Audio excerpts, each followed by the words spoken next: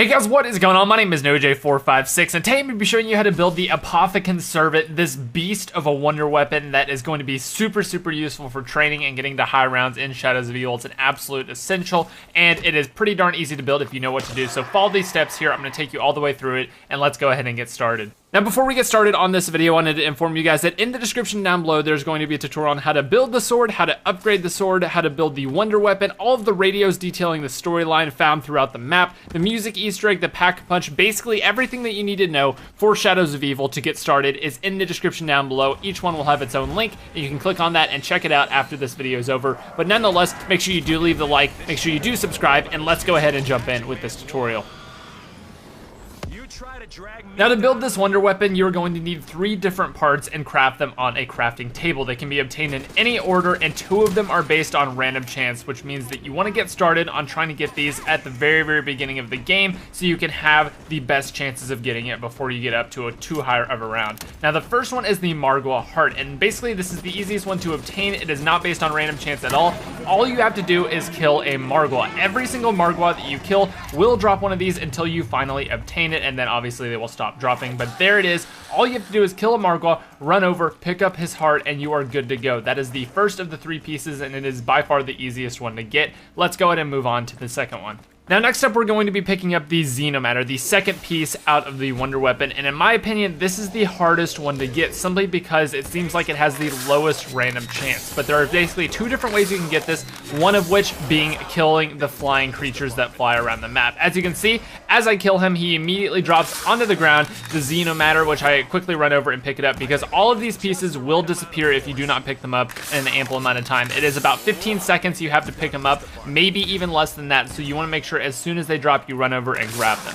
Now, that is one of the people that you can kill to get these things from. The second of which is killing the meatballs that spawn in. Now, it's basically any meatball that spawns in or any flying thing that spawns in has a random chance of dropping this. However, the drop rate seems to be pretty darn low because I've gotten up to round 20 without getting a single drop from one of these. But again, you're going to need to just keep going, keep killing these things, and then eventually one of them will drop the Xenomatter, and you want to make sure that you run over and grab that ASAP before it disappears.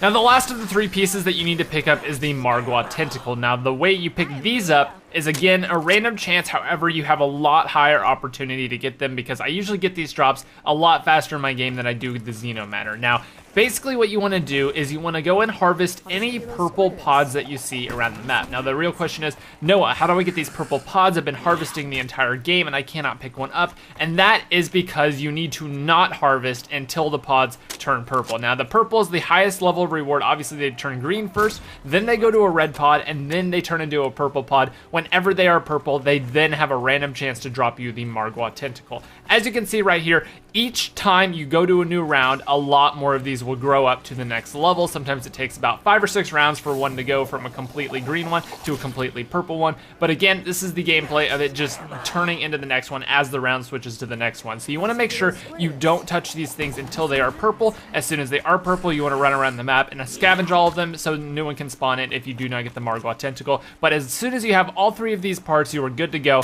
Let's go ahead and craft this bad boy.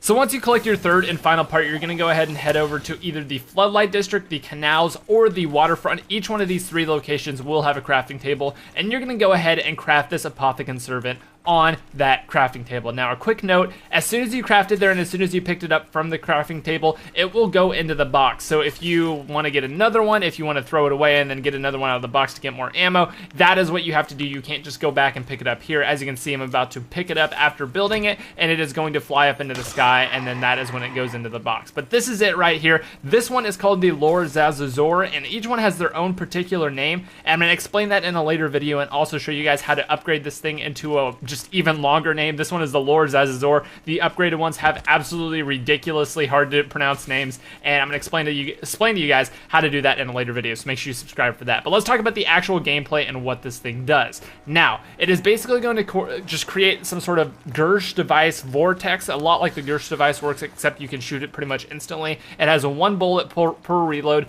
and you shoot it once, it's going to suck all of these things into it, and then they're going to turn into a random power-up. Or if you get unlucky, it's not going to spawn a power up at all. However, it is an amazing, amazing weapon. It starts with 9 shots in the reserve and 1 shot in it for a total of 10 shots, and this thing is a training monster. Now, a few tips with this: I would suggest getting stamina because it is a very, very heavy weapon. It's easy to get trapped with this thing simply because you can't run very fast with it and you don't have as much sprint whenever you're using this thing. So I personally like to run stamina up over speed cola. I don't really need the quick reload, but I do want to have that kind of extra movement speed and be able to sprint farther and faster because this thing is so heavy. But it will keep you safe whenever you're training. If you get trapped in a corner, just shoot it at yourself, shoot it at the ground, and it will save you in tight situations over and over and over. It's an amazing, amazing device, and it's definitely one of my favorite wonder weapons that I've used to this day. But that is going to about wrap it up for me, guys. I hope you all have enjoyed. Make sure you guys do subscribe for that upgraded wonder weapon guide coming later on, and make sure you check out again in the description for all of your other guides to Zombie Shadows of Evil and also the Giant as soon as those videos have gone up. Anyway, guys, I hope you did enjoy. If you did, make sure you hit that like button. Thank you all so much for watching. I love each and every one of you, and I will see you all in the next video. Bye-bye.